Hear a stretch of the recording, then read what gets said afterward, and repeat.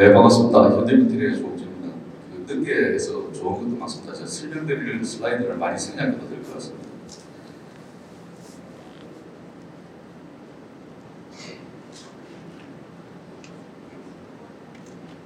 네, 저는 그 현대미터리얼 회사 소개부터 간단하게 설명드리고, 그리고 카본 중립, 그 다음에 마리타임에서 내절에 대해서 간략하게 설명드리도록 하겠습니다.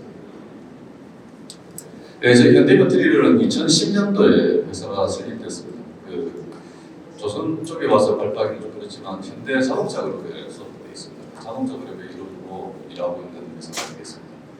그 직원은 해외 포함해서 한 1,300명 정도 되고, 실제 국내보다는 국외에서 사업을 많이 연계하고 있습니다. 연결 전문점 기준으로 한 7.5억에서 8천억 정도 매출을 하고 있습니다. 그 주요 사업 경영은 저희 부산에서 주로 추진하고 있는 환경 사업 쪽, 그 다음에 무역, 리사이클링, 엔지니어링 플라스틱 소재를 만드는 그런 사업을 하고 있습니다. 저희 여러 환경 선박 기자 업체에서 여러 가지 업무를 하지만 저는 배기가스 후처리 장치에 대해서는 주로 가스 부분만 처리하고 있는 현재 상황입니다. 그래서 석스 스크러버, 낙스, SCR, PM, CO, 토탈 하이드로카본, 메탄 슬릭 이런 데서 하고 있고요. 가스 후단으로 돼서 저희는 앞쪽으로 계속 하려고 지금 옆에 가스 공급 장치나 여러 가지 기자재대에서 검토 중에 있고 개발을 진행하고 있는 상황입니다. 여러 가지 선박이라든지 플랜트, 그다음에 도서지역, 트랜스프레인, 그다음에 소각장 등에서 저희들 실제로 공급을 하고 있는 상황입니다. RSCR 쪽 현대적으로 넘어가는 상황입니다. 여러 가지 아일랜드 패키지로 해서 여러 SCR 제품을 공급하고 있고 스크라버 제품도 같이 공급하고 있습니다.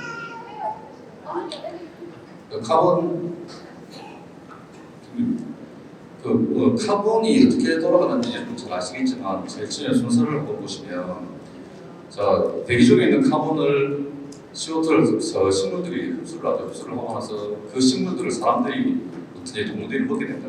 바디에 축적이 되게 되고 다시 이것이 대기 중으로 가기도 하고 식물이 죽고 하면 흡수로 다시 토양으로 돌아갑니다.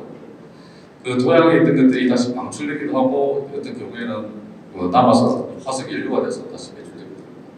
그리고 이 연료에서 다시 다른 활동에 의해서 만들어내기도 하고 대기 중에 카본으로 남아내기도 합니다.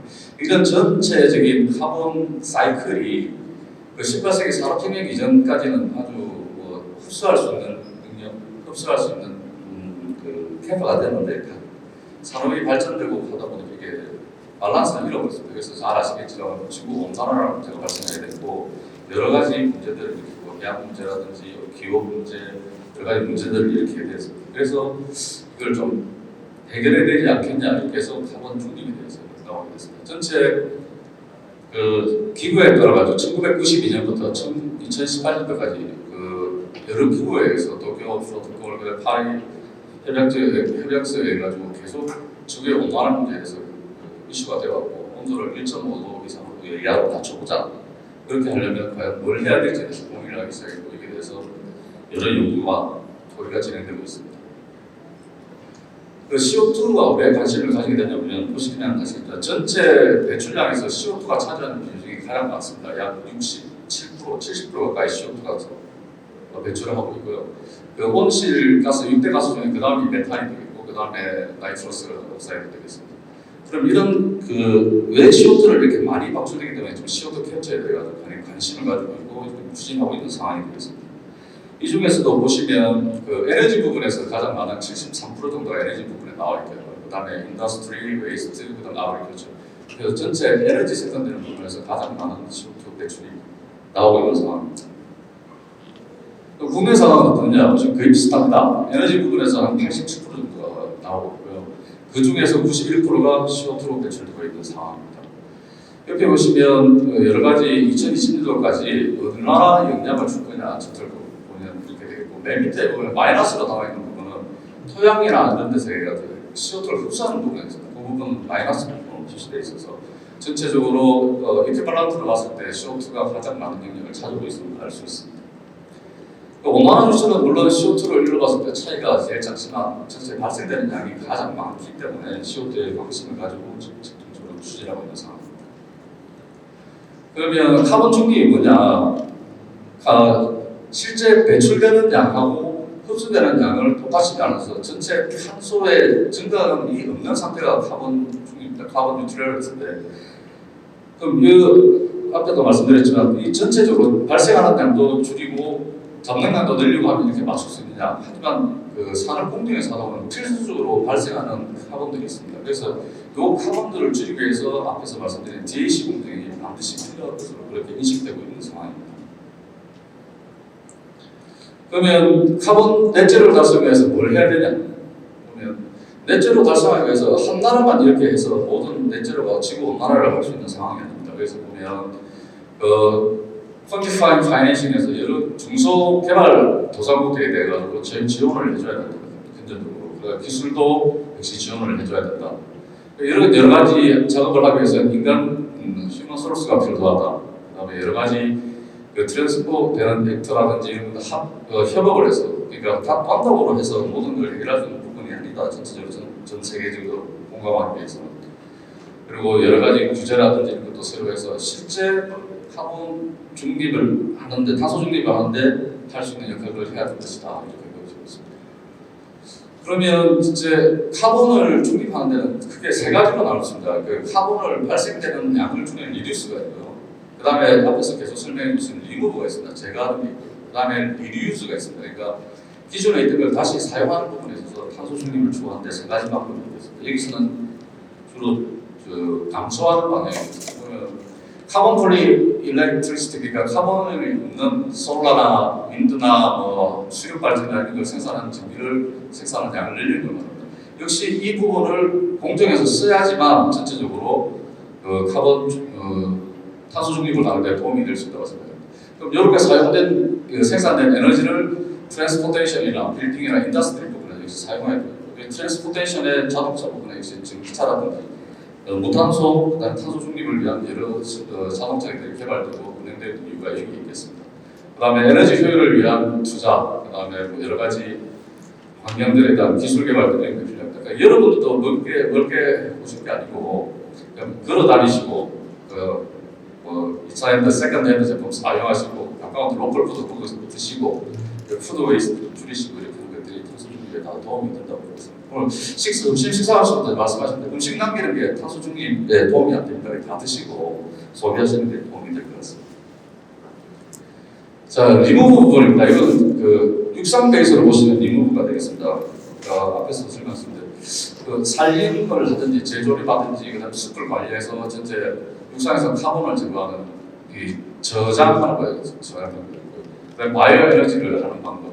그다음에 카본을 광물화시켜가지고 잡아가는 방법입니다. 그다음에 해양 지방에 블루 카본이라고 하죠. 코스탈 지역에 식물을 많이 배양해가지고 다시 카본을 축적하는 겁니다. 바다가 해양이 카본을 축적할 수 있는 캐패시티가 굉장히 크기 때문에 카본을 축적하는 좋은 방법이 될 수 있습니다. 그다음에 나머지 하나가 다이렉트 에어 캡처가 되겠습니다. 이건 해안 부분입니다. 해안 부분에서는 전기를 직접 가해가지고 CO2를 폐하를 조정해가지고 CO2 내에서 해수에서 CO2를 거주할 수 있는 능력을 확장시키는 방법이고요. 그 다음에 알칼리니트를 변경시켜가지고 지금 자꾸 산성화되는 바다를 알칼리니트를 증가시켜가지고 다시 잡아낼 수 있는 방법이고요. 그 다음에 바다에 있는 식물들 좀 중소하게 잘 할 수 있도록 해서 광합성 작용을 활성화시켜가지고 카본을 잡아내는 방법이 있습니다. 그리고 자연 생태계를 보완해주는 방법이고요. Artificial Overwhelming Downwelling, 해수 깊이 있는 바다에 있는데 많이 축적되고 차가운 해수를 위로 올려주고 밑에 걸 밑으로 내려주고 순환시켜주면서 여러 가지 생태계를 변경시켜서 탄소를 처리할 수 있는 방법을 증가시키는 겁니다. 카본 캡처입니다. 인위적으로 발생되는 카본 캡처를 잡아내는 방법입니다. 여기 보시면 발생되는 소스를 잡고 컴프레션을 리파이닝하고 이송하고 저장하든지 활용하는 방법이 되겠습니다. 소스에서는 이게 줄여줘야 됩니다. 그래서 사용한 에너지 효율을 높이고 그다음 에너지 세이빙하는 프로세스를 개발하고 공정을 변경해야 됩니다. 저희 단순한 공정이긴 하지만 여러 가지 에너지 사용하는 부분도 리뉴어블 에너지를 사용해서 탄소 배출을 줄이는 방법이 있습니다.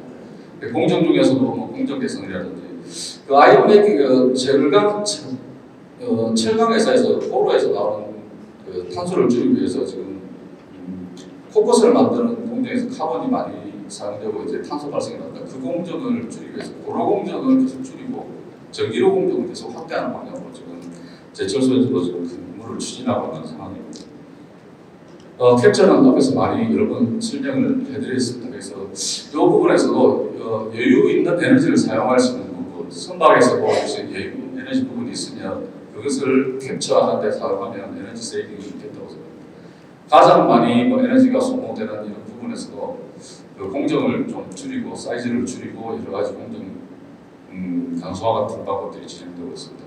그리고 트랜스포테이션 파이프라인이나 shipping 마시는 CO2 이동하는 데에서도 여러 가지 뭐 설비라든지 계속 연구가 되고 있는 상황입니다.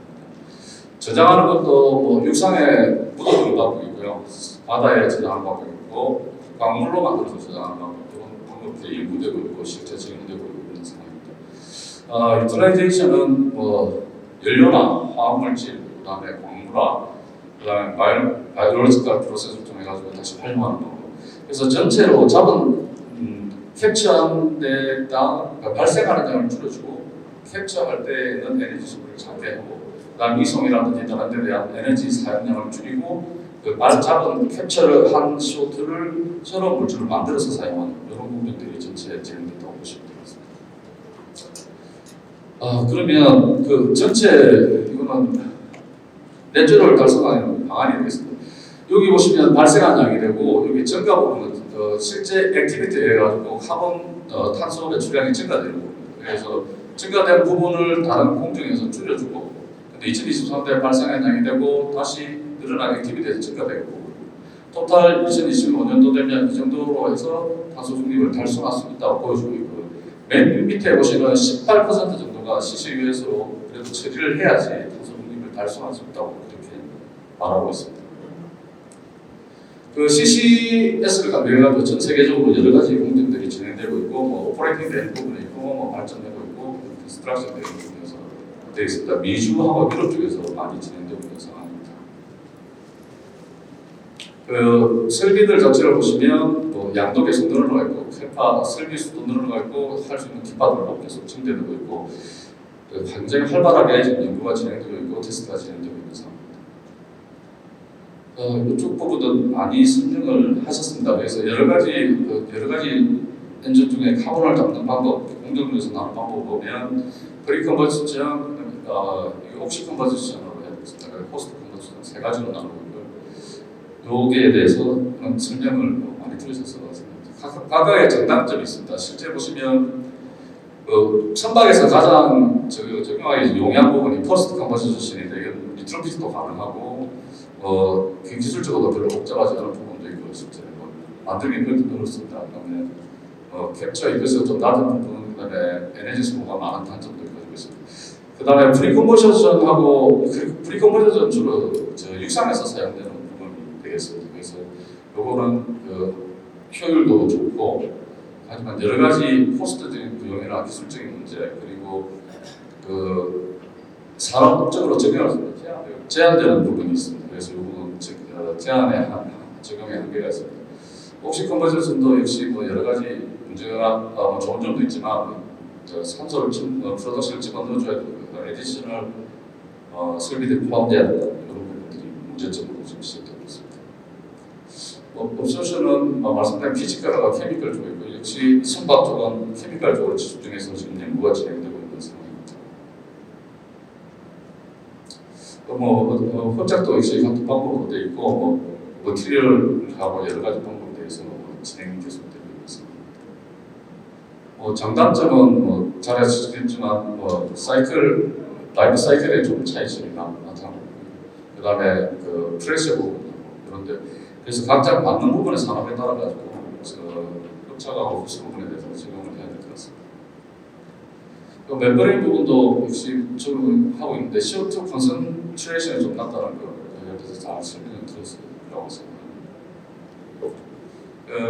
카이오제닉은 앞에서 설명드린 저희도 같이 지금 정부 과제로 같이 개발하고 있는 상태가 되겠습니다. 여러 가지 공정들이 캡처 부분이라든지 뭐 방법이라든지 포스터링이라든지 다 장점이 있고 단점이 있고 해서 적용하는 부분에 대해서 신중해야 되고 아직까지 계속 개발이 진행되고 있는 상황. 뭐 여러 가지 CCU에서 보셨던 그림 같이 테스트가 진행되고 있고 설치가 되어 있는 상황입니다. DAC는 뭐 흡수가 합작공대인데 이것도 역시 앞에서 설명을 드렸을 필요가 없습니다. 마리타임 렌저입니다. 앞에서 보셨던 그래프에서 에너지 파트의 73.2%, 실제 신빙에서 관련된 건 한 1.7% 정도만 신빙에서 CO2 발생에 영향을 주는 걸로 그렇게 알려져 있습니다. 2050년도까지 보시면 전체적으로 연료와 여러 가지 데이터가 있긴 하지만 이렇게 보시면 암모니아가 대세를 이루고 있고 전체적으로 그래도 아직까지 좀 남아있지 않을까 이렇게 화석연료가 좀 남아있는 것으로 그렇게 보여집니다. 규제입니다. 규제는 뭐 앞에서 다 설명을 드려가지고 이런 형태로 계속 진행되고 있고 2050년 그 넷제로를 달성하기 위해서 여러 가지 규제들이 진행되고 있는 상황입니다. 앞에 보시면 요 웰투 탱크하고 탱크 투 웰투 이 부분은 계속 다시 한번 말씀드리겠는데 선박 자체 운행하는 것만으로 CO2 저감에 대해서 지수를 평가하지는 않을 것으로 보여집니다. 지금 여러 가지 생산부터 최종 소비에 이런 전체 공정에서 탄소를 없애야지 탄소 중립에 갈 수 있는 방법이 되겠습니다. 선박 부분입니다. 선박 부분에 보시면 뭐 에너지 세이빙 디바이스나 에어 루브리컨트 시스템, 그다음에 로터 세일 시스템 등에서 뭐 스마트십 여러 가지 선박 쪽에서 탄소 중립을 위한 연구가 진행되고 있고 추진되고 있습니다. 그냥 중점적으로 보려면 오늘 설명드렸던 내용은 역없이 CSR하고 그다음에 얼터네티브 퓨얼에 대해서 간단하게 말씀드리겠습니다. 얼터네티브 퓨얼입니다. 실제 밑에 부분이 지금 선박에서 주로 사용하고 있는 연료입니다. 화석연료부터 MGO, HFO, LNG 이런 걸 사용해서 디젤 엔진에서 하는데 이 부분은 다시 캡처해서 쓰는 걸로 안 그러면 폐기해서 버리는 걸로 되어 있고 실제는 재생에너지, 그다음에 캡처된 CO2를 활용한 메테이션에서 메탄올 생산해서 하는 여러 가지 방법, 그다음에 퓨어셀하고 모터하고 그에 의한 그 엔진의 구조가 변경되는 부분 이런 것들 가지고 되지 않을까 이렇게 생각하고 있습니다. 여러 가지 연료의 장점이 있습니다. 바이오 디젤, LNG, ELNG, 메탄올, 이메탄올, 아모니아 이렇게 해서 그 카본 리덕션 비율이 여러 가지로 나와 있습니다. 여러 가지 공정 중에서 현재 지금까지 아직까지 사용되지 않지만 향후에는 이 아모니아가 대세가 되지 않을까 하는 게 지금 추세적으로 나와 있는 상황입니다. 그 선박 쪽에서 보시면 이제 포스터 렐링의 흡착 공정이 주로 사용되고 있습니다. 근데 뭐 개발도 진행되고 있고 연구도 활발하게 진행되고 있는 상황입니다. 근데 이 자체에 큰 문제가 있다는기보다는 그 개선해야 될 문제들이 아직 상존하고 있습니다. 이게 컴백스하고 오백스를 좀 줄여야 된다는 부분이고요. 열심히 노력하고 있는데 사이즈를 좀 줄여야 되는 부분이 있습니다. 그다음에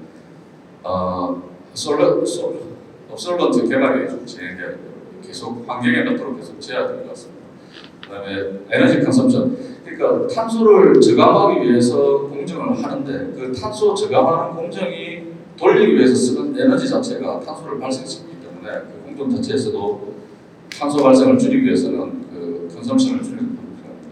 그리고 이 공정 자체를 하기 위해서 하는 프리 트리트먼트 프로세스가 있습니다. 그래서 여러 가지 불순물을 없애줘야 되는 공정이라든지 온도를 낮춰야 되는 공정이라든지 여러 부분이 있어서 이 부분도 좀 줄여야 되는 부분이 있습니다.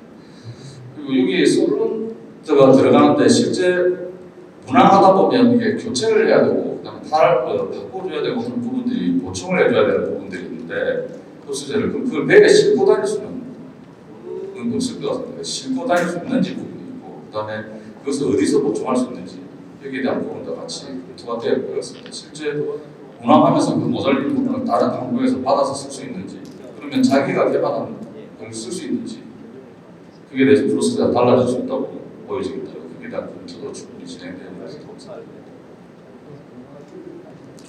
선박배에 대해서 제가 알기로는 이게 아마 풀캡화로 된 걸로 처음으로 알고 있고요. 여러 가지 선박에서 실증 테스트를 진행하고 있는 상황입니다. 이거는 디스차징에서 지금 하는 부분인데 카본 선박에서 카본 캡처 부분에서 미국에 있는 스타트업에서 지금 추진하고 있는 내용들이에요. 탄산칼슘을 집어넣어가지고 그냥 해수를 통과시키고 크린가스를 내보내고 이거는 그 상태로 해서 바다로 투하하는 방식이 지금 연구 개발되고 있는 상황입니다. 그래서 이렇게 하면 설비도 굉장히 단순화될 수 있고 뭐 여러 가지 이점이 있습니다만은 1kg의 CO2를 감소하는데 2.7kg 정도의 탄산칼슘이 소모됩니다. 그래서 탄산칼슘을 소모하는 양만큼 들고 다녀야 되는 문제점이 또 생길 수 있는 부분이고요. 요거 이전에 2010년부터는 드라이아이스로 저장해서 바다에 투하하는 방법도 지금 연구되고 있습니다. 그래서 실제 CO2 포집이 문제가 아니고 뒷공정을 어떻게 간소하게 하느냐가 현재 ship에서 배에서 탄소 포집하고 전체 공정을 개선하는 데 문제점이 있다고 생각됩니다.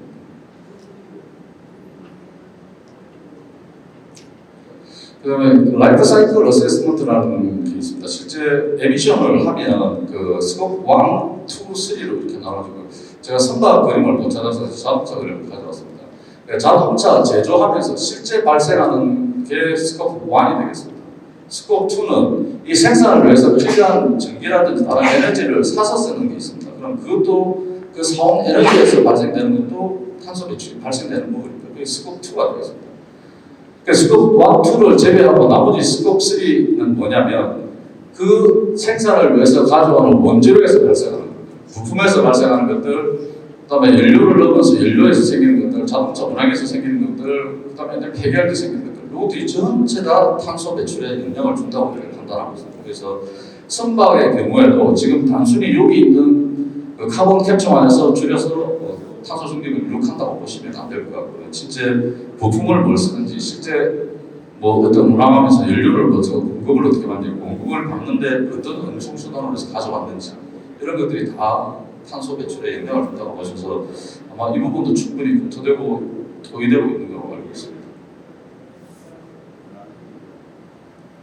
예, 저희는 그 탄소 배출 관련해가지고 이제 그 세 가지를 하고 있습니다. 지금 정부 과제를 하고 이 두 개는 그 자동차하고 같이 그러고 같이 해서 이거 테스트는 좀 진행했고요. 이거는 근무라고 적용하려고 지금 하고 있고 이 두 개를 혼합하는 공정, 하이브리드 공정에 대해서 지금 연구하고 검토를 진행 중에 있습니다. 그 자동차에서도 그 중립을 위해서 DAC 공정을 자동차 흡기별로 안에 달아가지고 전체 거기서 DAC 방법으로 탄소 포집을 해서 좀 탄소 중립에 기여하고자 하는 부분을 검토하고 있는 상황입니다. 네, 이상입니다. 감사합니다. 예, 그 선박을 포함해서 탄소 중립 기술 개발 현황의 시작 등에 대해서 잘 발표해 주셨습니다. 혹시 플로에서 질문 있으실까요? 예, 아마 첫 번째, 두 번째, 세 번째 발표 내용 약간 좀 겹치는 부분들이 좀 있어서 아마 예, 좀 올라오는 질문이 그 규제 총정을 위해 메탄올 천지산박도 OCCS가 필요한가요? 메탄올 천지산박 필요 없을 것 같습니다. 예, 두 번째 CO2로 만든 메탄올과 이 메탄올 연료 사용 시 OCCS가 필요한가요? 메탄올 추출에는 OCCS가 필요 없는 걸로 알고 있습니다.